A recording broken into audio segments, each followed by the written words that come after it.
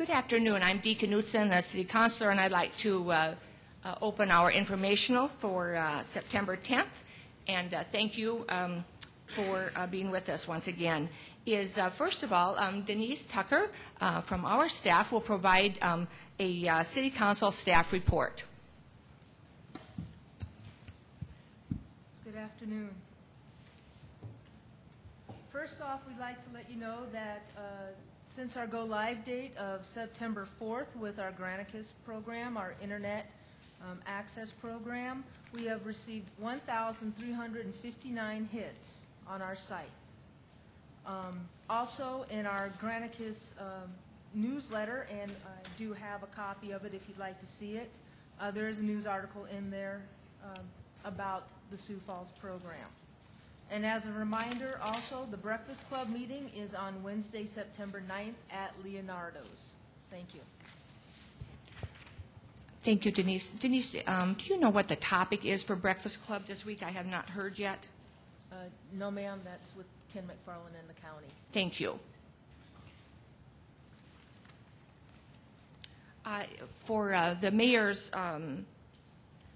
report today, I'd like to bring I'd like Kevin Smith, Assistant Director of Public Works, to come forward and give us an update on some Lewis and Clark information. Thank you, Kevin. Good afternoon. Kevin Smith with the Office of Public Works. Last Thursday afternoon, Lewis and Clark opened bids on the water treatment plant, and they ranged from approximately $142 million to $167 million, which is quite a bit higher than the engineer's final estimate, which was around $108 million with contingencies. Last Friday, Gary Caldwell, Gene Rowenhorst, and I did meet with Lewis and Clark's construction committee to discuss the bid and discuss where we go from here. At this point, no decision has been reached. They have not awarded the bid. There is a 30-day life on the bids, as there is with all others in the state, and we're hopeful that we're going to find a solution, whatever that is.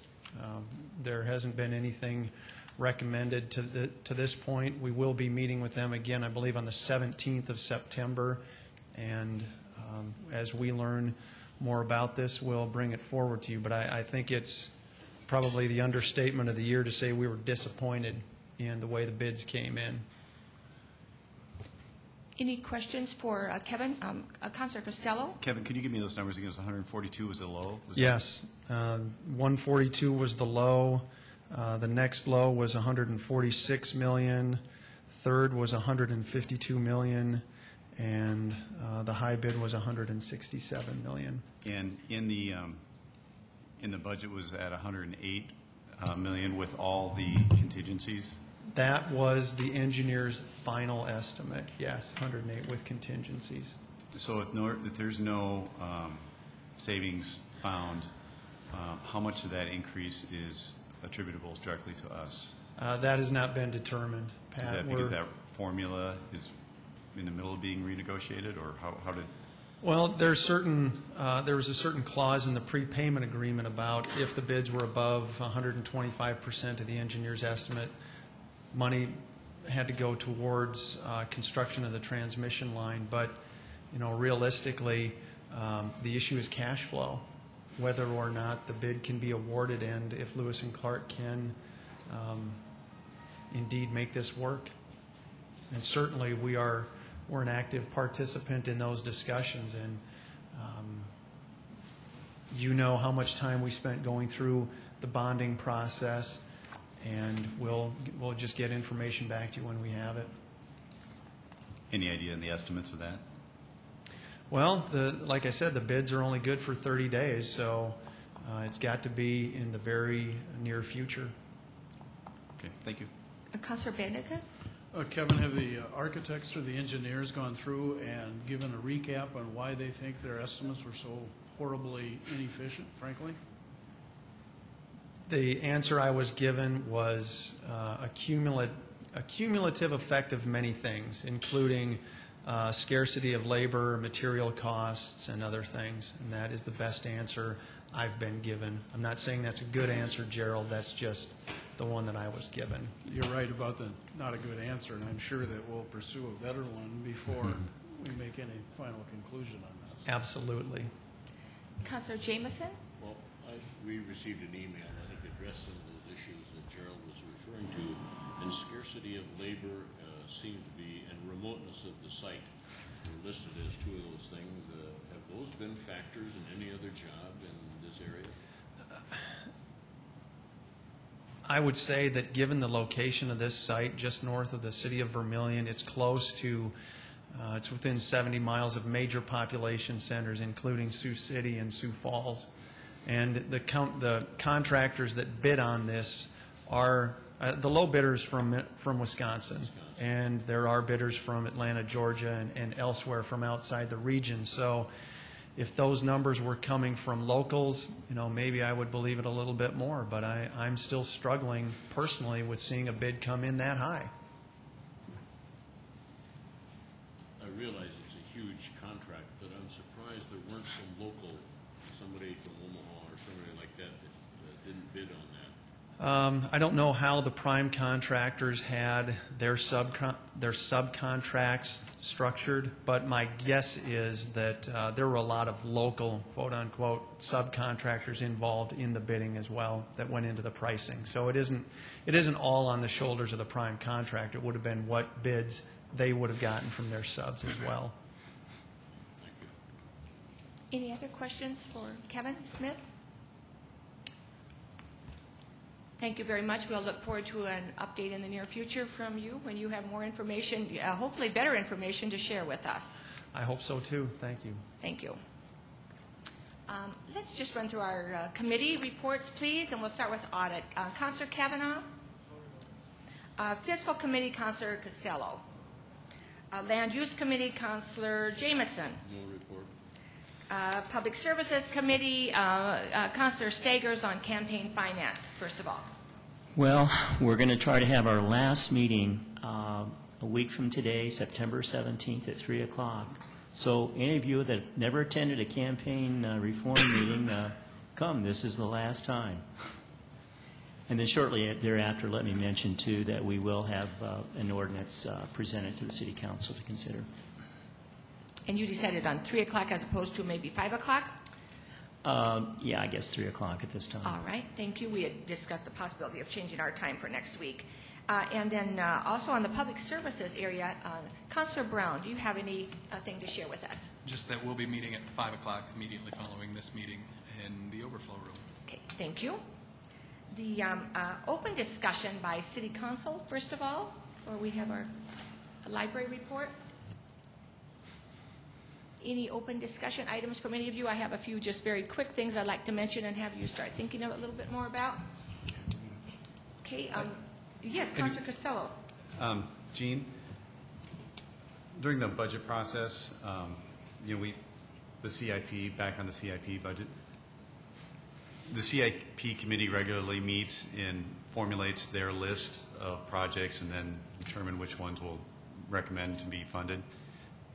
Could we get a list of the next, say, 20 million of projects that were unfunded in our 5-year CIP project? Yeah. And the list of priority for that, and whether it's 20, I don't know, whatever you got, 20, 25 million. So we could see what was the next items that were to be funded. We'll give you 2012, 2013, 2012. We'll give you that year. It's all there. Okay. And 2 weeks, a week? But I would think tomorrow. Okay, great. Thank you. Any other topics of open discussion? Yes, Councilor Kavanaugh. I understand, I don't know who to address this to, but I understand there was an organizational meeting of the Charter Revision Commission that we just appointed a couple weeks ago, held last Thursday. Yes, last week the Charter Commission met, I believe, and I was not there, but I believe Deborah Owen was there, and they met at the library, is my understanding, and I believe that it was mostly an organizational meeting, and I have not heard when the next date is set, but the best news I've heard is that they will be moving their meetings here like they've done in the past, and so that those meetings can be web streamed and so forth, and anyway, and so that's how much I know, and would you have any other thoughts? Well, my question is, how did it take place without it being a notification given to the council and the public? The city council, I believe, did have notice. I got a notice at 10:30 the evening before.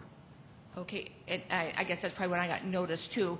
And I assume that I do not know who's chairing that meeting. I assume actually that maybe was inexperience, maybe as far as knowing what those rules are, as far as posting the meeting and so forth. Well, I certainly wouldn't blame any of the members of the Charter Revision Commission. It was their organizational meeting.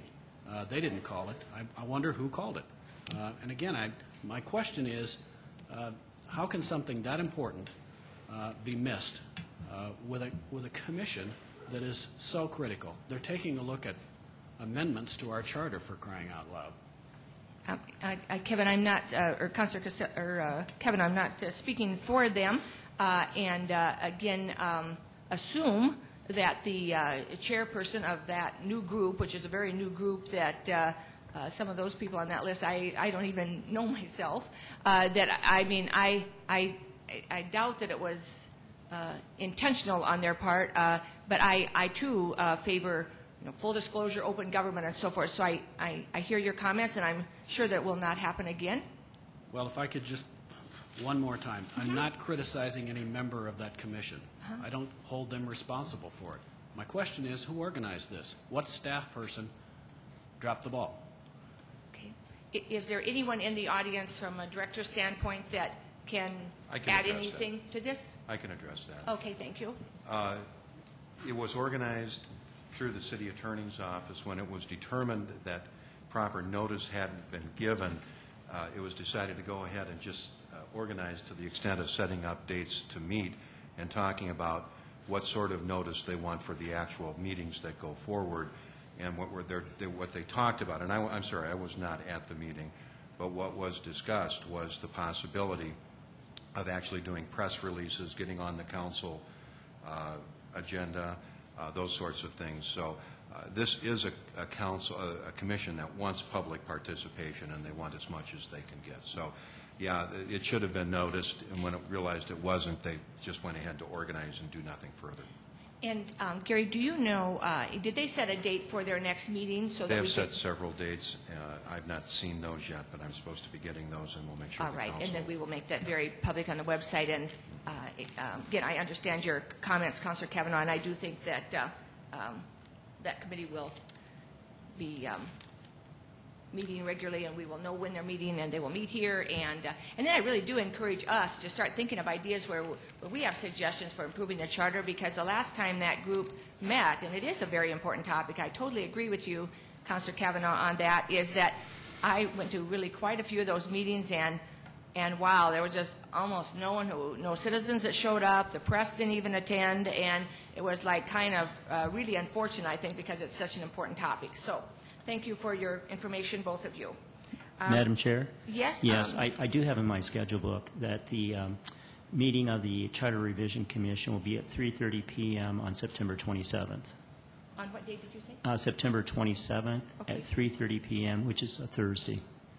And thank you very much. And that'll be here right at Carnegie, I believe. Is that correct? Well, I'm not quite sure if they decided the library or Carnegie. But I believe it's going to be at Carnegie from my other information. Okay, is there any other open discussion from any of you? Very quickly then, I just want to mention a couple of topics. One, a few weeks ago, I suggested to the city clerk staff that as soon as possible that we start putting our committee meetings on Granicus also. I really like the web streaming feature. I'm all for open government and transparency and all that good stuff like all the rest of you are. And then I know that that there's some mixture of feelings among our group on that, and I guess I didn't mean to get too far ahead of you on that. I don't ever mean to get ahead of you. I really tried to be a very inclusive chairperson here, and actually worked pretty hard at it, actually. But would you, at this point, would you just have any thoughts for me on that, or are you? I mean, I know our committees are not formal, not very formal. They're kind of work groups and so forth. I thought there might even be some convenience for ourselves if we could listen to committee meetings and so forth. But I might have gotten ahead of myself. So do any of you have any thoughts at this time you'd like to share? Okay, will you give me some more feedback then at your convenience on that? Yes, Councilor Jameson? One thing, there'd been some discussion about the travel budget for the council, and something maybe we need to look at. Years ago, there was a policy with the council that we would restrict travel to conferences every other year. No one would go to more than one conference in a given year. And in view of the fact that I think our travel budget's going to get tighter all the time, that we may need to look at the adopting a formal policy within the council on how many travel trips each council member would take in his four-year tour. It just, it was, before it was unofficial, but we didn't send anybody more than once every other year to a national conference, nor did we send anybody the last year they were due to end because of term limits to send them to a national conference. Just something to be thinking about. I think we need to maybe look at that as just as an office policy, and we've talked about having some office policies in the past, and I think that might be something we should consider. Thank you, Councilor Jameson. You can read my mind better than I know, better than I knew, because that was my next topic on the agenda. I wanted all of you to know about a decision I made, right or wrong, last week, and I want to keep you up on what I'm doing here as chair, is that recently, well, probably only about 2 weeks ago, I learned that Councilor Stagers had requested permission to attend a very well-known national meeting in San Jose in May. And I met with Deborah Owen that day, and Councilor Litz was unable to be with us that day, so it was just a conversation with her and me. And she indicated to me that they, that our travel, that our, technically our travel allowance for 2007 was depleted. And so I just agreed with her recommendation that Councilor Stagers be told, or that I would tell him that unfortunately we did not have money for that trip. But then Councilor Stagers and I had a fairly lengthy conversation. We've had a couple conversations about this, very civil, of course, conversations on this, and I started to really second-guess my decision because of this reason, is that we always talk about written policies. We want written policies for this and that and whatever, which is, I think, a very good idea, by the way, but we do not have a written policy on this topic. And I felt like that we do, I told Councilor Stagers, well, we don't have any more money in our travel budget, and he reminded me that, within our whole city council budget, there was money. And it's not unusual for us to move money around a little bit in a very legitimate legal fashion. And I thought more about it. I thought a lot about it, actually. And then I consulted with the vice chair and the fiscal chair. And after chatting with them, I decided to reverse my decision. And so I want you to know that, and that we have, with, again, input from other leaders here on the council, that we have given Councilor Stagers permission to attend that conference in San Jose, even though technically our travel budget doesn't allow for that, but that we are going to be using our second legal opinion money, so to speak, to allow him to travel. So I asked for a printout of the City Council's travel expenses. And I just gave you a copy of that a few minutes ago. I haven't even had time to look at this very much. I got it from Deborah Owen just a little while ago. Anyway, so that's for your information to just kind of see where we are. And I'd like to throw this suggestion out, which actually mirrors Councilor Jameson's comments exactly, is I would like to suggest for a starting point, just for a starting point, for you to think about one, I'd like to see us have a written policy very soon on this, like very soon. And because I don't think that I, as a city councilor chair, should make arbitrary and capricious decisions ever, nor my successors. And so I would like to, I suggest for a starting point that we have a policy that says every other year that I, as a councilor, can attend a national conference at city expense. If I want to attend more than that, that's fine. I just use my own money to do that. And that's just a starting point. But This afternoon, I have decided, and you don't know this yet, but I decided that I would like to have a few of you work on this, because you know where I am. And I'd like Councilor Jameson to chair this study group, not a committee, it's just a study topic. And I would like our vice chair, who doesn't know about this yet, to be on this working group. And I'd like our public services chair, Councilor Brown, and I'd like our fiscal chair, Councilor Costello. And I would like to give you, for homework, a deadline of October 15th at 6 weeks. And would you guys please meet at your convenience under the leadership of Chairman Jameson on this committee, or this work group? And would you get back to us with the very best recommendation you can after consulting, human resources and the best experts in the world on this topic, and we will get a written policy. Does that meet with your approval? Do you have any problems with that? Councilor Costello. No, that sounds fine. I'm happy to take part in that. I was just curious on this travel expense chart that we just got. I'd be curious to know the yearly totals of these years that we have, and obviously there are counselors that travel during those years that are no longer on the council. I'd be curious to get the complete year's budget, how much we spend on travel as a city council, and I guess that would include staff travel as well. Okay, and I see that Denise Tucker is making a note of that, and so at our next Monday's informational, Denise, will you please provide us with that information from Councilor Costello? So in essence, what we're looking for is the... Can we talk about that? That's fine. Okay, and Councilor Kavanaugh. I'd also be interested in seeing 2007 current year expenditures. Okay, thank you. Versus budget. Thank you, Kevin, for adding that. And Councilor Banicus?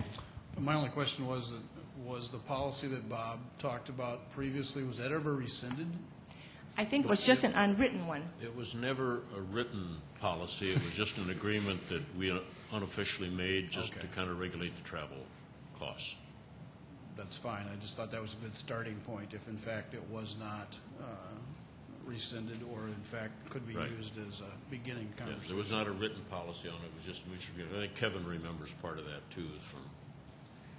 Thank you. Because we had people who, strong advocates of going to the national, and it was a way to control our budget so that one person didn't go all the time. So. Thank you for both of those additions, Councilors Kavanaugh and Costello. And we will look forward next Monday to having more information on the whole travel issue for the city clerk and city council office up to date. That is all I had on the open discussion topics, and with that, I'm going to call forward our very capable director of library, and Sally Felix, who will give us an update on renovation and so forth. Thank you.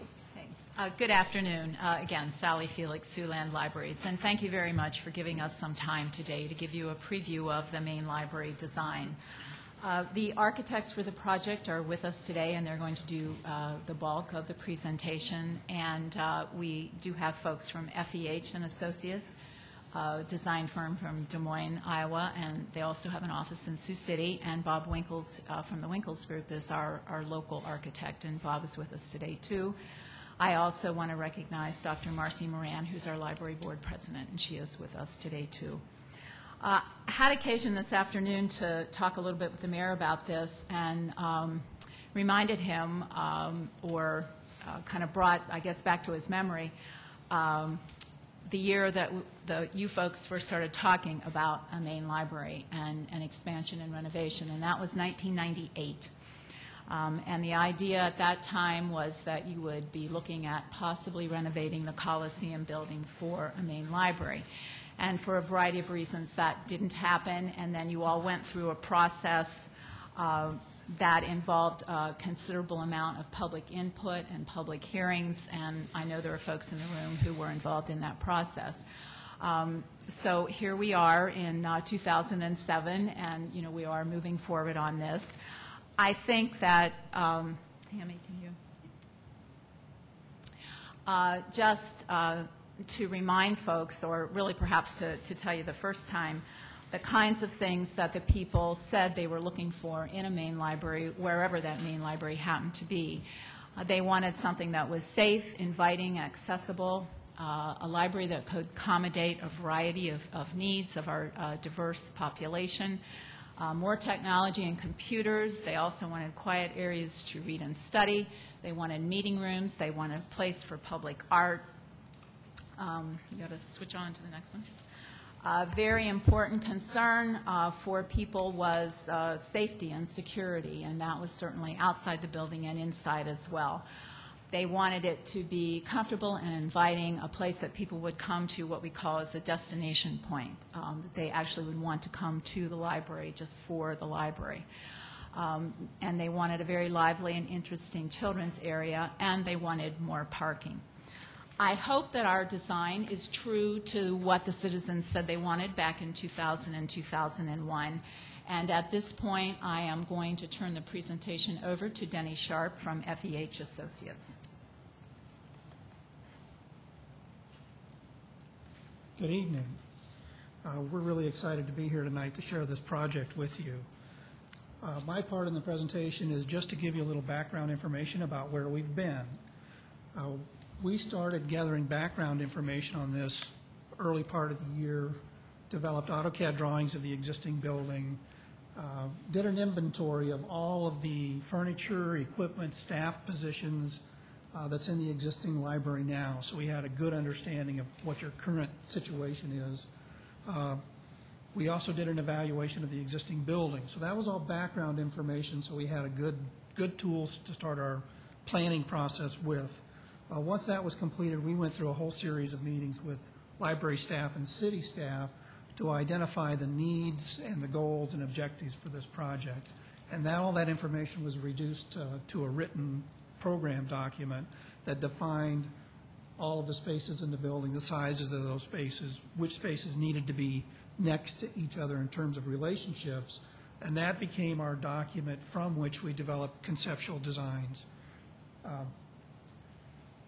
To do the very first concepts for this building, we did a design charrette here in town where we brought all our architects and landscape architects to town, invited library staff, city staff, and the general public to come in and give us input and ideas on what they wanted to see in this building. And we generated a lot of different ideas at that meeting.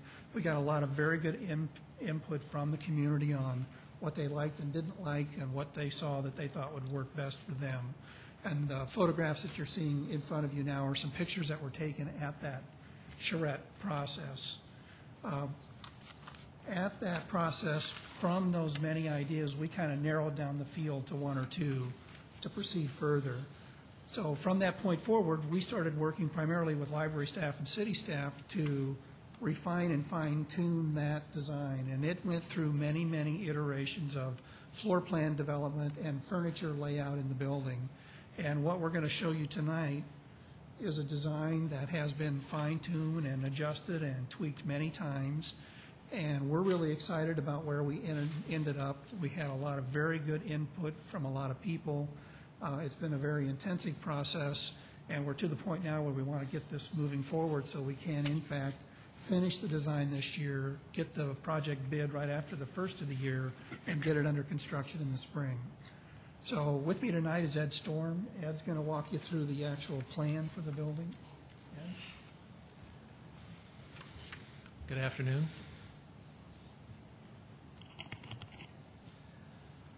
I'm going to start you on the site plan, and then I'll show you a few views, computer views of the outside of the building from some different angles. And then I'll go through the floor plan with you, and then Tammy Molinex, an architect with her office, is going to actually show you the fly-around that the views I'll show you came from, so you'll see the building from top down in all different directions. Starting with the site plan, the lighter portion of the, well, first of all, I guess the north is up. The street along the lower side of the screen would be 8th Street with Main Avenue on the right-hand side and Dakota on the left-hand side running vertically. The lighter portion of the screen, the light blue portion of the plan, that's your existing perimeter of the building as it stands today. So you can, and then the darker portion is the portion that we're adding on as part of this project. On the left-hand side, you see a gray area that runs across the parking lot. That's the new entry area, and that will be located almost to the north edge on the west side of the building. The parking lot, as it stands now, is south of there. We're extending it north along the west side of the building and then around the north side of the building, and more than doubling the on-site parking that you have now.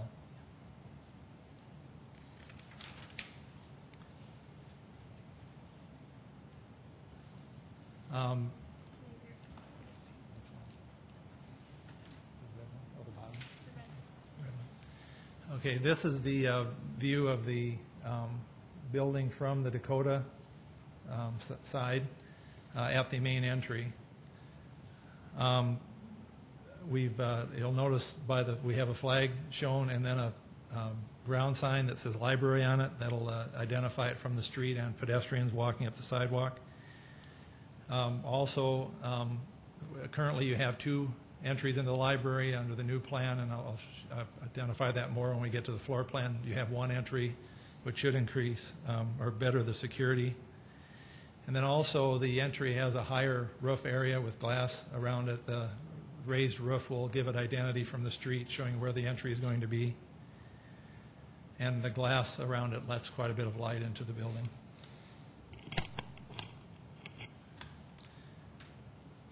This is a view from the corner of Dakota and 8th. This is what the existing southwest entry will look like after the remodel addition is completed. There are quite a few windows that we're adding in that area. This will be the children's and teen area of the building when it's completed. So we're opening up if you walk into that portion of the building at this point in time, it's all brick walls. We're providing windows through, so we can get quite a bit more light into the building as well as views out. And as part of this process, on this corner of the building, we're converting that entry into a sculpture court and grass area so that they have something to look at when they're looking out of the new windows.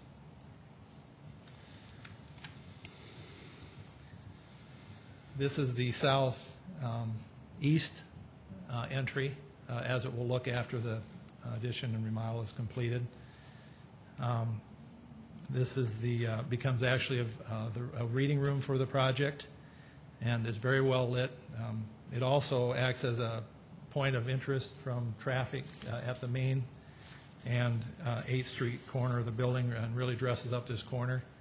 One of the things the librarians or the staff wanted to do as part of this project was to really have the existing entries not look like the entries, so that people wouldn't be confused as to where to go when they got to the building. And because of the reading room in this location, it became a very good opportunity to provide a large glassed-in room where people could get plenty of sunlight. Let's see. Could we back up one, Tammy? Before I leave this slide, you'll notice the redder areas of the building. That's the brick portion of the project, and the light banding. That indicates where currently the cast-in-place concrete wraps around the tops of the building walls. As part of this project, we're covering those cast areas with aluminum panels to remove the harshness of the concrete from the building. And I brought that up at that point because this is a view looking south on Main. This is the northeast corner of the building. And the majority of the new addition will be an aluminum-framed, aluminum-covered wall system. And it repeats the banding of the original building, but in this case in aluminum. So the aluminum at the old part of the building and at the new portion ties both projects together, whether it's new or existing. Next. And then this is a view of the northwest corner of the building, and that corner of the building will be occupied by the administrative staff. And you can see off to the right hand the higher roof area again of the new entryway.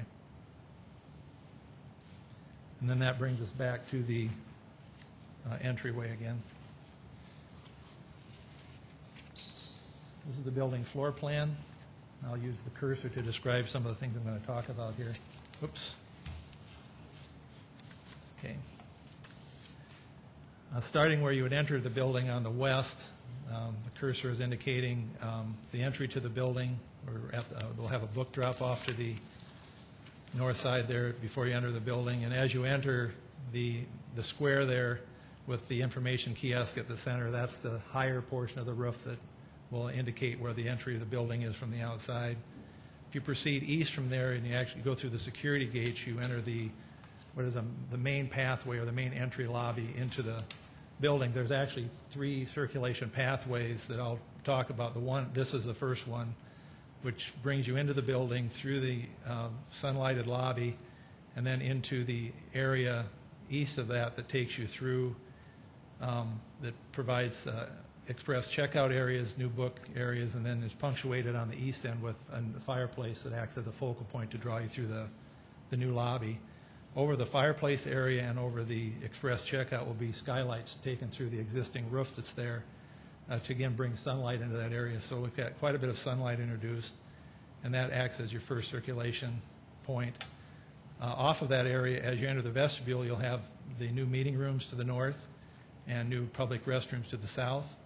As you go into the library, there's a corridor that takes you back through to administration.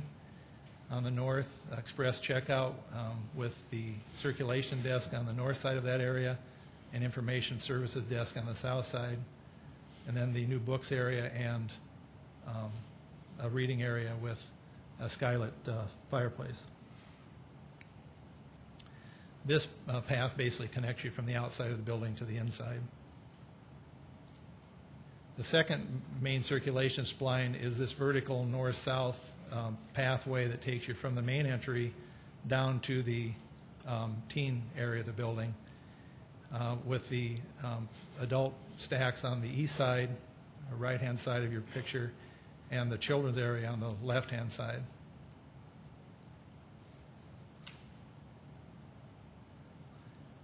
There are also some small skylights down in the teen area to help brighten up that area, since it's an internal space and there are no outside windows. The third major pathway that takes the patrons through the library is this diagonal that runs from the information services desk southeast to the new reading room that's represented by the furniture arrangement down in the southeast corner. That pathway separates adult nonfiction and fiction. It also provides access to the public access computers, and it's punctuated at the southeast corner by a dual fireplace, half of which faces north to the seating area at that location. The other half faces south into the new reading room location. Oops. The other area that I haven't talked about is the way staff is situated in the building. Currently, we have part of our staff on the south side of the building, part on the north, and then the children's area staff in their area in the east, or in the west, excuse me. The children's area staff works best in that location, so we're keeping that close to the children's services. But we've combined the staff that's north and south at this time into the common area that's north and on the kind of an L-shaped area north and east of the new entry lobby.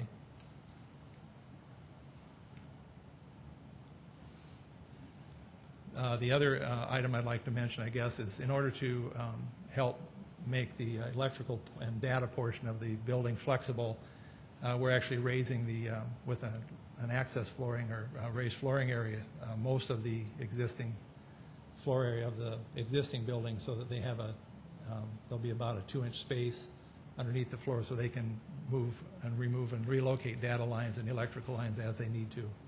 And that way, anytime they relocate furniture in the building, they don't have to cut floors and that kind of thing. From this point, I'll turn it over to Tammy, and she can take you around the building. Good afternoon. My name is Tammy Molnix, and what I want to just go through now is a 3D fly around, and just to orientate you where you're at on the site. As you've probably gathered right now, your main is on your right, 8th Street's at the bottom, and Dakota's on your left. So north is up, and where you're at is you're looking at the roof, so it's a bird's eye view here is what you're looking at. And we'll go ahead and just get this started. And what we do is we're going to fly around to the west side and take a look at the entryway. And as you see, it's we're coming up to the entry. The main driveway is still there to the right, and then we're coming into the main entry as a high glass space, as we talked about before. I'm just really going to call attention to that entryway. As we move to the right a little bit here, see if I can pause. As you see if you can see the windows on the main high space, is that pointer working? At the existing library, there's what we're calling the fins that kind of block the windows. We're taking those brick fins off, so there's a lot more light that gets into the building. As we keep going to the south, we'll come over to where the existing entry is now, and that's where you'll see the sculpture garden. And again, this works great because it allows the children and the teen to actually sit outside in the garden area, because there's windows that are triangular that pop out into that space without actually leaving the area. And also it allows an area for the children's programming to take the kids out in a secure location if they choose to do that. So here we'll kind of zoom out onto 8th Street, again a bird's eye view, and we'll come back in to the corner of 8th and Main. And here you see that reading room again we've been talking about. It's got the really high glass walls. It's going to be great to bring the outside in, inside out, and just be a nice jewel on that corner to really accentuate and attract everyone to know that that's the library. And let's see here. We're going to, again, we'll back up a little bit. It's kind of your view across from the Holiday Inn. And we're going kind of backwards up Main here. But next point we want to see is just the signage that we'll have on Main to call it out. And also the this is where the new building and the existing building tie together. And as Ed talked about, that banding that will go all the way around with the metal banding and all the way around the existing and the new, and tie everything together. And then as we come backwards again up Main, you see the entrance off of Main from that side, and that's where the garage will be for the courier trucks, the van, and things like that. So keep going across the north side of the building, and you see the staff entrance here is just to the right there. And again, there'll be 2 different entrances on that north side, staff and also deliveries to the garage area. Here, as you can see, we've provided sidewalk all the way around, so that if you come off of Main, you can walk all the way around the building to the west side to get to the entrance. And I guess that's the end. Sorry, I zoomed ahead. We're just coming back around to the front entry again. Let me back up here a second. Oh, hold on.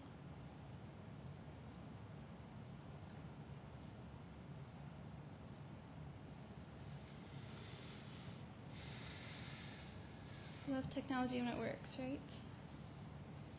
Okay. What I wanted to point out, and I'll let it go all around without stopping this time. What I wanted you to see from this bird's eye view is the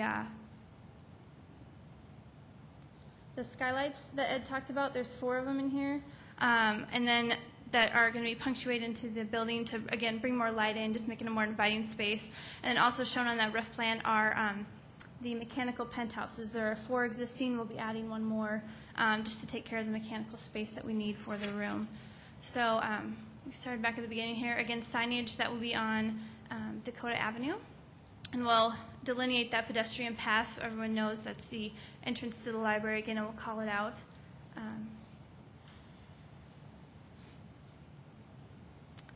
Back at the sculpture garden here, and we're taking out those steps and securing that location will be really lit nicely so that it will just brighten that area up as well.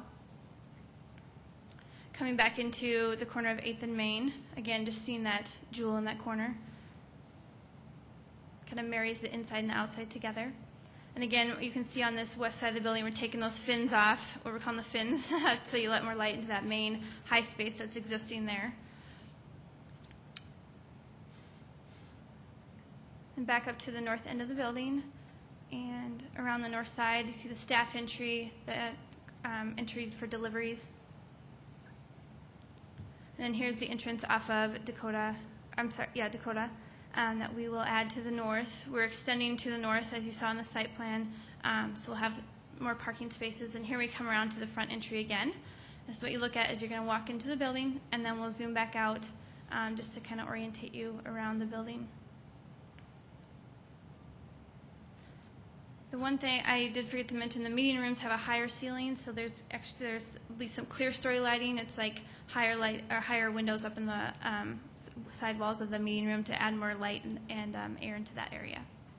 So, with that, I think it's time for any questions. Any questions? Dean, Yes, Councilor Jameson. I got to ask a question. I see there's parking meters in that parking lot. Is that something that we're going to continue? That's always been an issue of people coming to the library and having to pay a parking meter. That's my question. Yes, I know that, and in the notes that were from those hearings, that certainly was one of the issues that was brought up. We've had discussions quite a bit with public parking on this issue. The concern is if we don't control it in some way, there will be nowhere for library customers to park Monday through Friday, 8 to 5. And so we are making the recommendation that we do meter the lot. And that was a strong recommendation from public parking. I would say to that currently those meters are 2 hours, and I think for most people that's probably enough time. We are looking at having some meters that do allow you to have a longer period of time, and yes, you'd still have to pay for it, but you wouldn't have to be worried about running in and out, because we do have some people who spend a number of hours in the library if they're doing research of some sort. Also, parking there is 40 cents an hour, and it is the meters are not enforced after 5 during the week or any day on the weekend, either Saturday or Sunday. So in reality, there's a fair amount of time when people come to the library where they don't have to pay to park there. But we're very concerned, given the the need for parking downtown. We're just concerned that we don't want to provide free parking space for people working downtown, and we don't have space for our customers. And then one other question. There's been many discussions as to why we couldn't go up in that building, and that's been answered. I understand that. But is there a provision under the new construction portion that we could in the future go up? Land is becoming so scarce in the downtown area that is that provision being considered? I know we talked about that. I'll turn that back to Denny or Ed.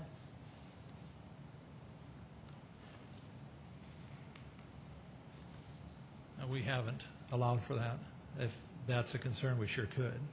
But at this point in time, the estimate doesn't include that. Well, I realize that it's less than half of the building is going to be new, but if that provision were made, it would provide an option in the future to expand the building to the north and up both directions. It's just something that if our city grows the way it's scheduled to grow or anticipated that will grow, that library is going to be too small in 10 years. That's just one of my concerns. We could sure explore that. Okay. So. Thank you. Councilor Litz. I have a question for you, too. Did I hear you say that you had Did I hear you say that there was an aluminum trim band all the way around the soffit of the building? Yes. Go ahead. I guess I was kind of surprised when I heard that. I see a lot of it being used. It seems to be a kind of a trendy trim piece on buildings here. I tend to favor more of a traditional building product than the aluminum.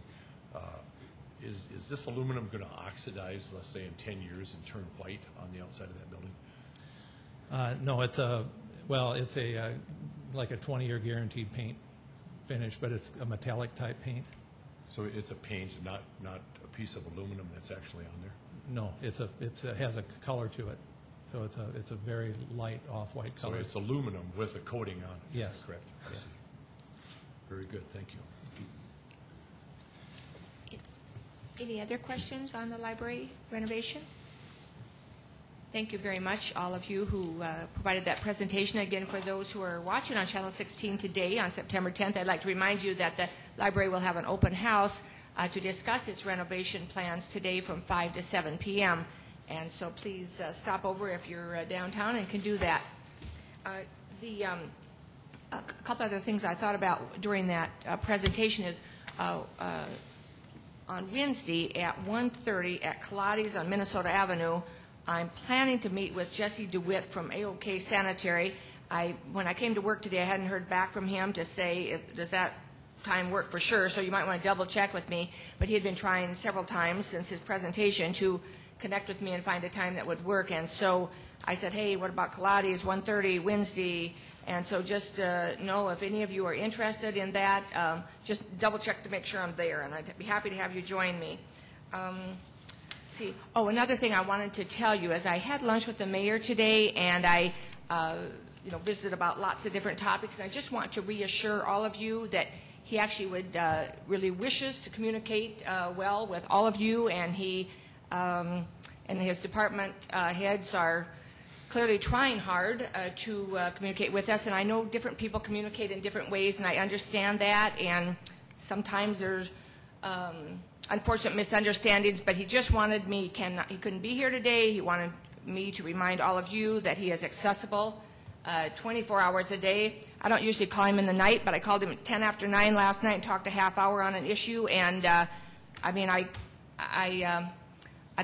don't know what else to say on that, but I just mean that in the best way I can say it, is please, if you, one thing, that I sit in on a leadership meeting every Thursday morning after our weekly briefing, and even on very, very, very short notice, like 5 minutes notice, I mean, if your schedule opens up, something changes in your day that you could sit in for me, I mean, I'd be relieved to have my Thursday morning free to walk my dog and read a book. So just know, even on short notice, I know last week Councilor Costello sat in on that meeting. I know this Thursday Councilor Brown is going to sit in for me. And I'm sure, I don't want to speak for Councilor Litz, but I assume he feels the same way. But just know you can move me aside really, really easily. So just call me, and I'll try harder to, I maybe haven't done well enough on that, and I'll try harder to do better. So anyway. Then in the past, while I've been on City Council before our budget night and so forth, we sometimes have just asked councilors, do you have any questions on amendments? And again, I'm not trying to replay tonight because we'll be here long enough the way it is, I'm sure, and I say that with a smile on my face. But I'm just saying, do any of you have, before we adjourn for our Public Services Committee meeting, do any of you have any questions you want to ask of each other's amendments or anything like that before we go into our official 7 o'clock meeting this evening? I believe that we will be handling the amendments tonight, our very traditional way, like we did for the CIP. Again, the mayor is the presiding officer, so he makes those decisions. But my recommendation is that the CIP process worked beautifully, and I'm strongly recommending that we repeat that. And again, for two reasons. One, because I think it's consistent with how we do our ordinances and so forth as far as Robert's Rules of Orders. If there's not a second, I mean, there's, we just don't go much further. And secondly, just out of professional courtesy, so that, I don't just carry on and on and on and on for a long time on more projects I'd like to spend money on when there's not support. So please know that's how we're going to proceed tonight. Councilor Stagers. Yeah, just to clarify, so we're going to follow a decision not to allow council members to read their own amendments. Is that what you're saying? I believe, and I should I never try to speak for other councilors, and I sure don't try to speak for the mayor. But the last, and I didn't talk to him at noon about this, but I've talked to him very recently, like last week at our leadership meeting, and he is the presiding officer, and I am merely a city councilor. And I know that the last time I talked to him on this topic, that he planned to use the same process that we use for the CIP amendments. Councilor Kavanaugh?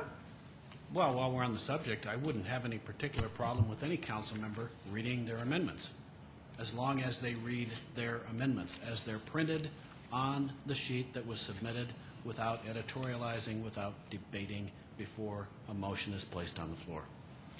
So tonight, Kevin, you wouldn't mind then if I just go ahead and read the amendments the way they are on this piece of paper then? Oh, sure. I wouldn't have any problem with it, but again, it's the chair's decision on that. Okay. And actually, just 2 cents, my 2 cents worth is I agree with Councilor Kavanaugh, I believe that that we ended up with this streamlined process because I recommended it based on another counselor's suggestion a year ago, actually, when we sometimes spend like hours and hours and hours and hours here for the way we were doing it before. But again, if Counselor Kavanaugh or I, if either one of us was the mayor, we would, we'd probably give that a try. But I believe tonight, and we'll let the mayor make that decision, but Counselor Sagers, again, I mean this very respectfully, I believe that's the process we're going to use this evening, but it's only because I think some of us feel like that the previous system we were using was abused by some, and I say that is. Let me respond to that. In the past, the way the amendments were drafted, sometimes people didn't really know what was going on. For example, the last time we had the CIP amendments, there was one amendment where I just wanted to say, this is dealing with the restroom at Memorial Park, and because you couldn't tell by looking at the amendment. But I was not allowed to do that. So consequently, we had a situation where we're not getting enough information to people. Now, what has happened for tonight is the amendments that I had. After I received the amendments that was drafted, I went through and clarified it even more so that now, when I read if I can read the amendments tonight, it should be perfectly clear to everybody as to what the amendment is about. Thank you, Councilor Stagers. And again, obviously, I mean, my comments very respectfully always towards you and every other councilor is that the mayor will make the final decision on this. And I do believe this, however, is that in addition to what I've already said, that if there is a second to, any of my motions or amendments, and I don't have any yet, I may come up with a couple, but I don't have any formal ones yet, is that if in fact there are any seconds to any of this long, 32 page packet here, is that if in fact there is a second, there's enough support among the City Council to discuss this, I believe there will be ample opportunity to go into great detail on the purpose of the amendment. Councilor Costello? Dee, I'm going to take you up on your offer for questions on some of these amendments. Councilor Staggers, your first three amendments are reclassifying some expenses. It's not eliminating them. Can you, do you want to speak to that, why we're doing that? Well, the reason is to make it easier for people to find out. For example, let me take a look myself here at these amendments. I think they're your first three. Yeah. So let me see here. Yeah, for example, the first one dealing with Main Street, Sioux Falls. They're in the planning and building services. And so I thought it would be best to move that into Department 49 where we have a subsidy being given. So that's the reason, just to make it easier. The zoo is stuck in the Parks Department, and people sometimes don't even know, the subsidy we're giving the zoo. So we would move that also too into Department 49 with other entities that also receive subsidies. Gene, do you want to maybe explain why we changed that this year?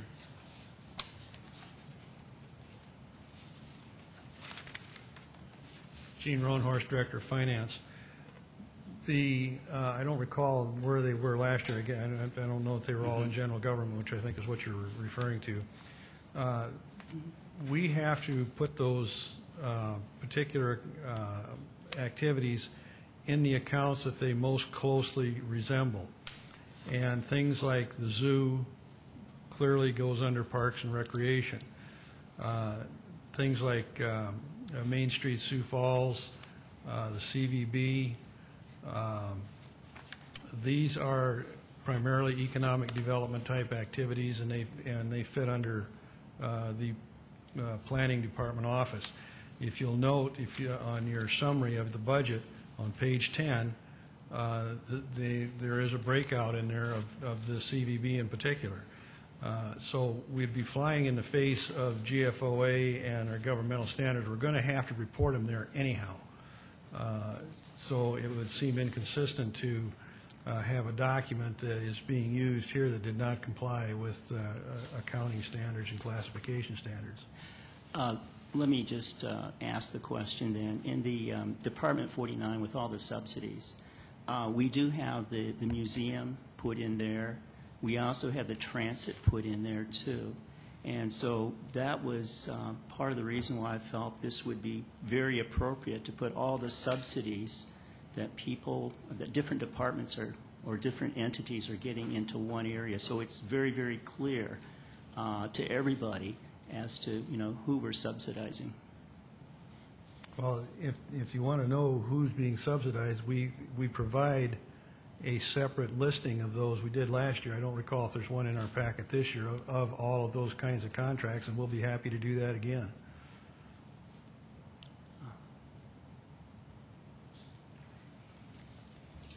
Any other questions, Councilor Costello? No, good. Would there be any other questions by any of you before we adjourn our informational for today? Okay, with that, again, I will adjourn our informational for today. And again, the Public Services Committee will meet in the overflow room, and we'll see the rest of you this evening at 7 p.m. sharp. Thanks.